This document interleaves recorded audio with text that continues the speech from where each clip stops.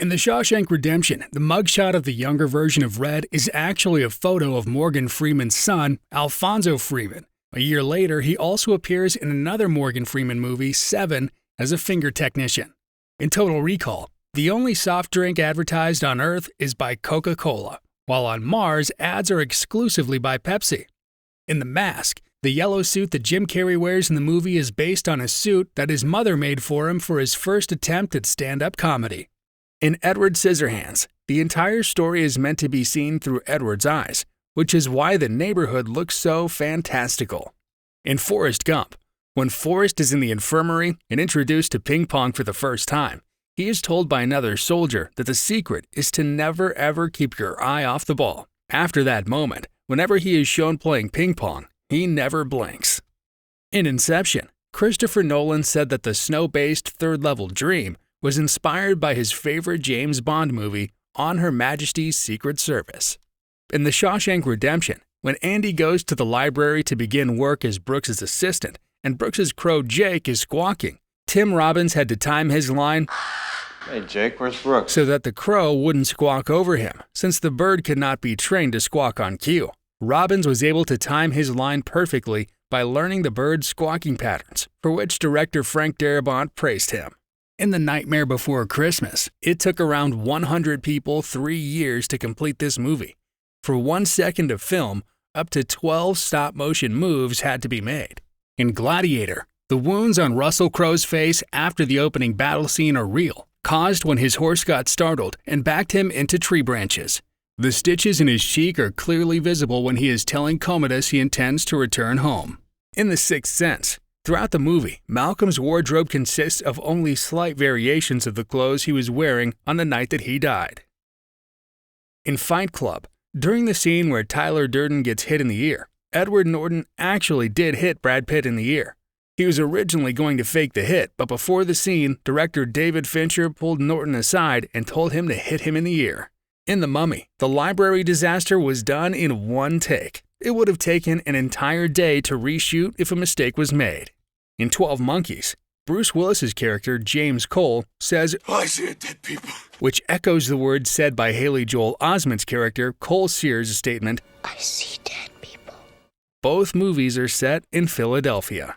In Point Break, the beach spot where the football game is played at the beginning of the film is the same spot used for the soccer game in The Karate Kid. In Bad Boys, the opening carjacking scene is based on true accounts of how it's pulled off, sometimes using a beautiful woman to distract the occupants. In The Last of the Mohicans, by most accounts, each scene took at least 20 takes. Concerned about the growing cost, 20th Century Fox sent a representative to the set who did nothing but stand behind director Michael Mann and say, "That's enough, Michael, move on." In Mortal Kombat, Chris Casamassa was hired to work as a stunt ninja. At the audition, producers were so impressed that he got the part of Scorpion. In From Dusk Till Dawn, Selma Hayek has a real fear of snakes and has always refused to be near them. To be able to play this role, she spent 2 months with a therapist to overcome her fears. When it came time to shoot the scene, she improvised her dance moves, opting not to use a choreographer. In The Terminator, Arnold Schwarzenegger only had 14 lines in the film, yet he was able to have one of the most iconic movie lines. "I'll be back." In The Count of Monte Cristo, shooting the final scene was actually done in 2 parts and was originally shot in autumn. However, the grass was very brown, so they decided to reshoot everything in spring. If you look closely, you can briefly see some of the brown grass directly behind Guy Pearce. In Blade Runner, the snake scale scene under the electron microscope was actually a marijuana bud. In Good Will Hunting, while Will and Skylar are on a date, an extra can be seen walking in the background and peering into the window. The extra is Christian Stolte, who also plays Clarence Darby in Law Abiding Citizen. In Seven, the filmmakers decided it should always be raining to create a sense of dread, while in contrast, Gwyneth Paltrow's character is a glimmer of light, with Brad Pitt saying she is the only sunshine we have in the film.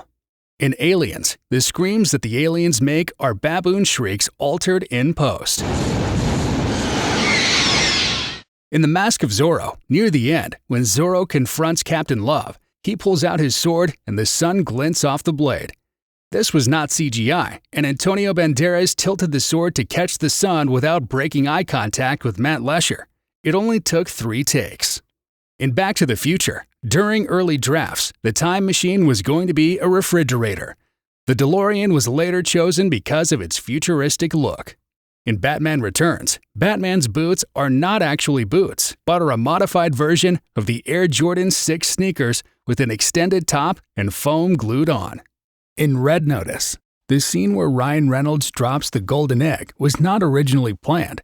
During a take, it accidentally slips out of his hand and falls to the floor. The producers enjoyed it so much that each retake included him dropping it on the ground. In Dune, Timothée Chalamet stars as Paul Atreides, but did you know that he also plays the young Tom Cooper in Interstellar?